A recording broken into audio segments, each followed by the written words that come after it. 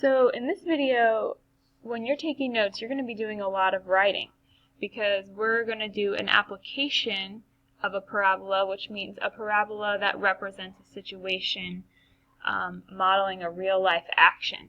So in this case, we have this boy or girl, Jamie, who threw a softball that traveled along a path described by the parabola, oopsies, this should say, y equals negative x squared plus 10x, where y is the height of the softball and x is the horizontal distance that the ball has traveled from Jamie. We're going to begin by graphing this. We're going to do a rough graph, meaning we're not going to have an actual grid here. So we need to find the important points. So we need to find the y-intercept, the x-intercepts, and the vertex to give this parabola a good sketch. So the y-intercept, we plug in 0 for x, and we don't have a constant term on the end, so this term would be 0 and 0, so that means the y-intercept is 0, 0. We also know that if we have a y-intercept of 0, 0, which is the origin, then one of our x-intercepts is also 0, 0. But we need to find the other x-intercept. So we're going to let 0 equal y in the rule. So we have 0 equals negative x squared plus 10x. And then we need to factor. So looking for the greatest common factor of these two terms, it is x. So we have 0 equals x times negative x plus 10. Then we set each factor equal to 0, so we have x equals 0, and we have negative x plus 10 equals 0. So we have x equals 0, and if we flip that x over, we have x equals 10. So that means our other x-intercept is 10, 0. And to find the vertex, we can find the middle of the x-intercepts. So what is the middle of 0 and 10? It would be 5. So the vertex x is going to be 5. And if we plug in 5 into x in the rule, to find the vertex y, it would be y equals negative parentheses 5 squared plus 10 times 5. So that's negative 25 plus 50, which is a positive 25. So we have our 5 most important points on the parabola, and now we can do a very rough sketch of this parabola. So I'm going to draw a y-axis and an x-axis, and I'm going to label the x-axis as the horizontal distance,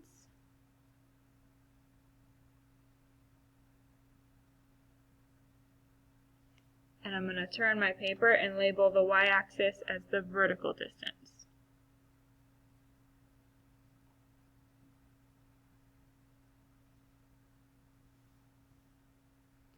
So I have to plot 0, 0, and I have to plot 10, 0. So I'm going to go 1, 2, 3, 4, 5, 6, 7, 8, 9, 10. Those are my two x-intercepts. And this x-intercept is also the y-intercept. Then I need to plot the vertex, which is at 5, 25. I don't want to go all the way to 25 by 1, so I'm just going to go by 5s.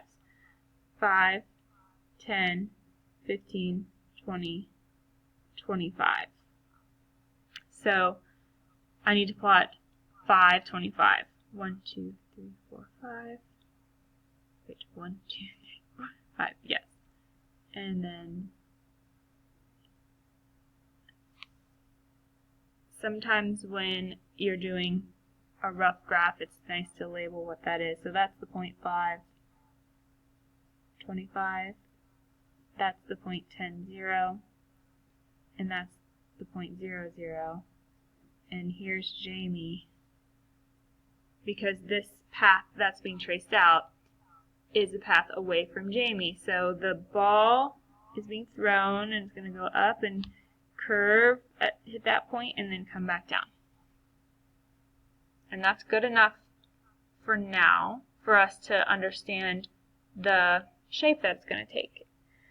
So, first question, where does the softball hit the ground?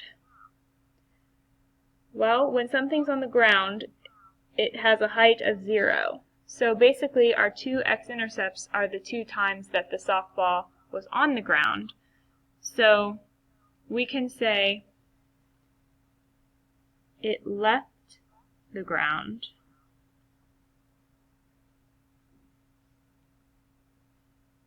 at x equals 0 feet from Jamie. We can just put J because we're going to be writing a lot. And came back down to hit ground at x equals 10 feet from Jamie. So we left the ground at 0 feet, went up to 25 feet, came back down at 10 feet away from Jamie. Part B says, find the vertex. Well, we already did. But then it says, what information does the vertex tell us? There's two pieces of information in a vertex. There's the x-coordinate and the y-coordinate. Now we're just assigning meaning to those. So the 5 means we were 5 feet in front of Jamie when the ball hit its maximum height of 25 feet. So we need to just write some words that can describe that. So we'll say the vertex tells us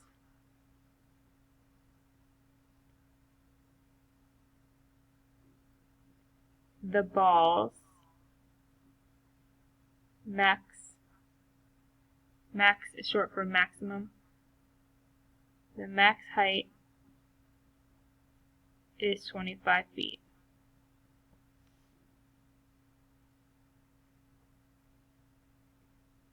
And it happens when x equals 5 feet from Jamie, and that's 5 horizontal feet from Jamie.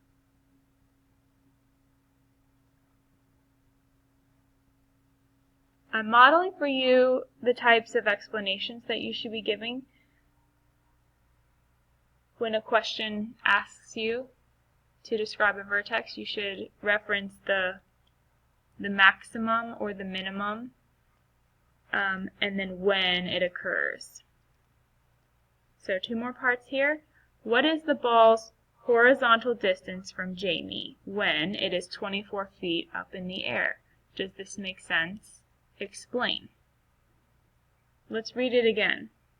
What is the ball's horizontal distance from Jamie? Underline that and put an X, because that's basically what it's saying. When it is 24 feet in the air, underline that and put a Y. Now let's translate this question into a less wordy question.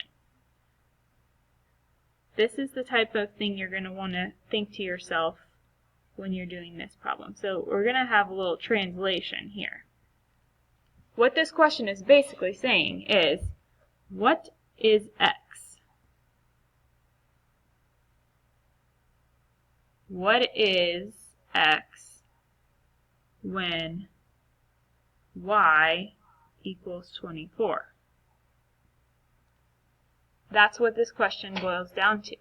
What is the ball's horizontal distance when it's 24 feet high? One way you could start to think about this is by looking at the sketch that we made. So when the ball is 24 feet high, what is its X? we can also use the rule as a quick and easy way. We're going to plug in what we know, which is y is 24. So 24, remember our rule is y equals negative x squared plus 10x. So if I plug in what I know, which is y is 24, I have 24 equals negative x squared plus 10x, which is a quadratic because I have an x squared and I have an x and I have a 24. So I can actually take this term and this term and send them over so that it equals 0. And then I have the rule x squared plus, x squared, and then when you flip the 10x, it's minus 10x plus 24 equals 0. And to solve this, because again it has an x squared, you have to factor. Oh my goodness. What multiplies to 24 and adds up to negative 10? Negative 6 and negative 4. So that means the factors are x minus 6 and x minus 4. So I just skipped the box, which I can do because I have just a plain old x squared instead of like a 2x squared or something. So using the zero product property and flipping those over, it means x is equal to 4 and 6 when y equals 24. So what this means is there are 2 times when the ball is 24 feet high, which makes sense looking at this parabola. On the way up, it's going to go to 24 feet, and then it's going to go up to 25 feet, and then on the way down, it's going to be back at 24 feet again. So those 2 times would be when x is 4 and when x is 6. So let's just say once on the way up, which is the one where x equals 4, and once on the way down.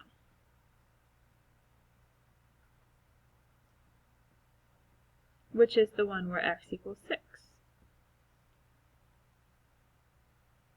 Last thing. Suppose there was a 12-foot tall tree. Again, 12 feet tall, that's going to be referencing a y point. And 7 feet away from Jamie, that's going to be referencing an x point. Would the ball travel over the tree or hit the tree? Justify your answer. So let's translate this to be less wordy. When x is equal to 7 feet away, we're trying to see, is y higher than 12 in order to go over this tree?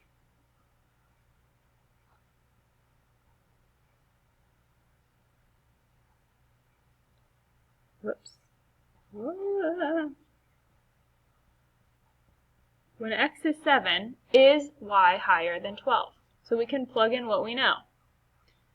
We know that x is going to be 7.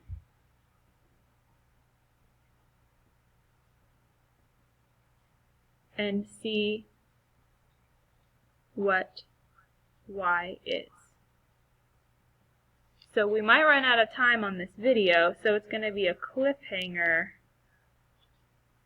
for you to tell me, did the ball go over the tree, and justify your conclusion. So what I've done here is plugged 7 in for x. We need to find out what y is, and once you've found y, you can make your claim whether the ball went over the tree or not.